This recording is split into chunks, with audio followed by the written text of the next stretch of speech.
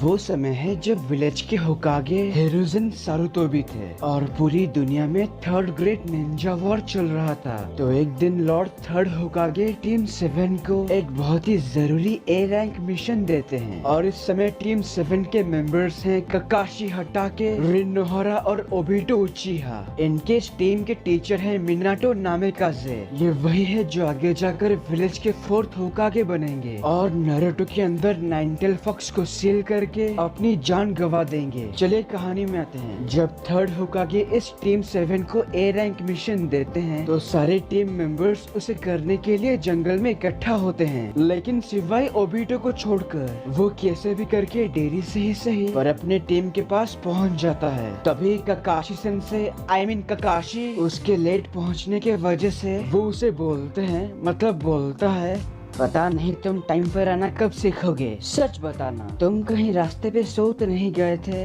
ककाशी, मैं रास्ते पर ही था, लेकिन एक बूढ़ी औरत मुझसे रास्ता पूछने लगी। फिर से वही बूढ़ी औरत वाली कहानी। इस बार तुम्हें कुछ और कहानी सोचना चाहिए।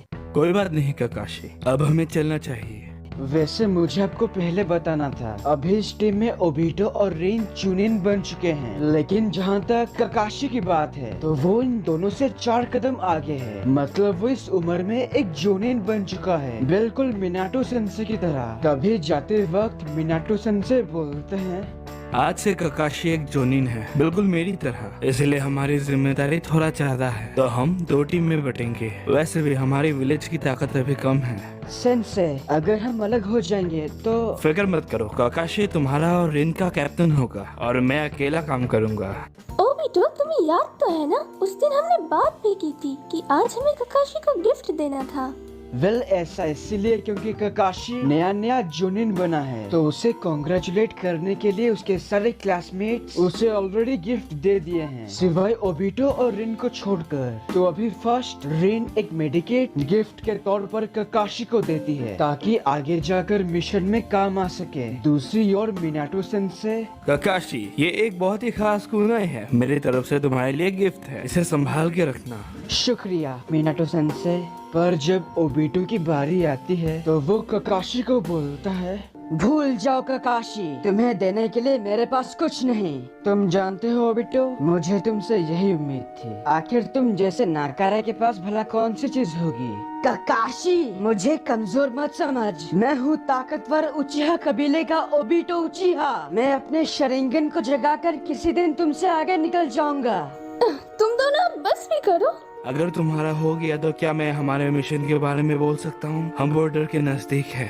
वेल उसके बाद एक मैप के सहारे मिनाटो सेंसे उनके इस मिशन को समझाते हैं। ध्यान से देखो इसे, लैंड ऑफ आर्ट के निंजा यहाँ से हमला कर रहे हैं और वही हमारा दुश्मन है। अगर ऐसा है तो हमें क्या करना होगा सेंसे? कानावी ब्रिज हमारा मिशन है। दुश्मन को इसी ब्रिज से भरपूर मदद मिल रहा है, हमें किसी भी तरह इसे तबाह करना होगा। आपने कहा ब्रिज, तो हमें घुसपैठ करना होगा। तुम्हारा मिशन ये है कि दुश्मन के इलाके में घुसकर उस ब्रिज को तबाह करना। जी सेंसे।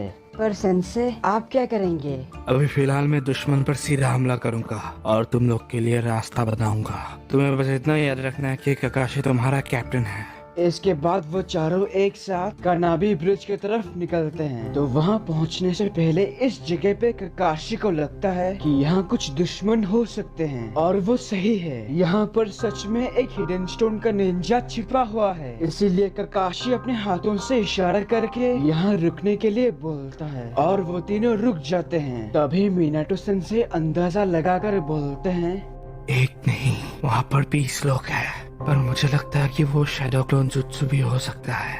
ठीक है सेंसे, मैं हमला करूंगा और आप मुझे कवर दोगे। रुको, जल्दबाजी मत करो। सेंसे, आपने कहा था मैं कैप्टन हूँ, मैं अपने नए जुत्सु को इन दुश्मनों पर आजमाऊंगा। चिडोरी।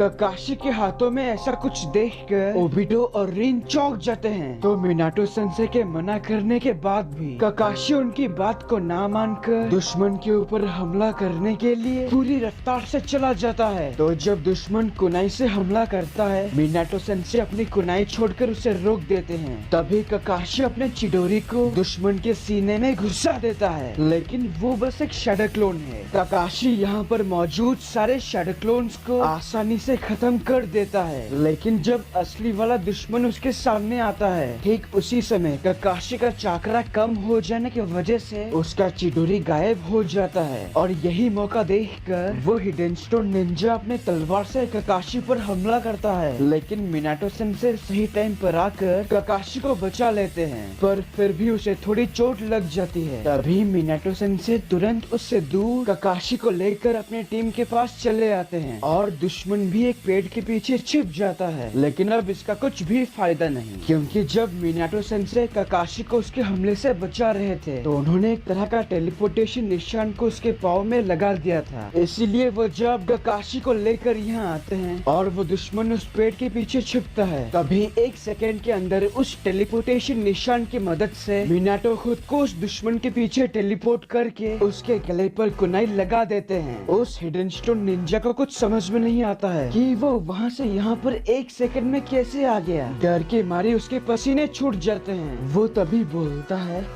क्या तुम हो हिडन लीफ के येलो फ्लैश?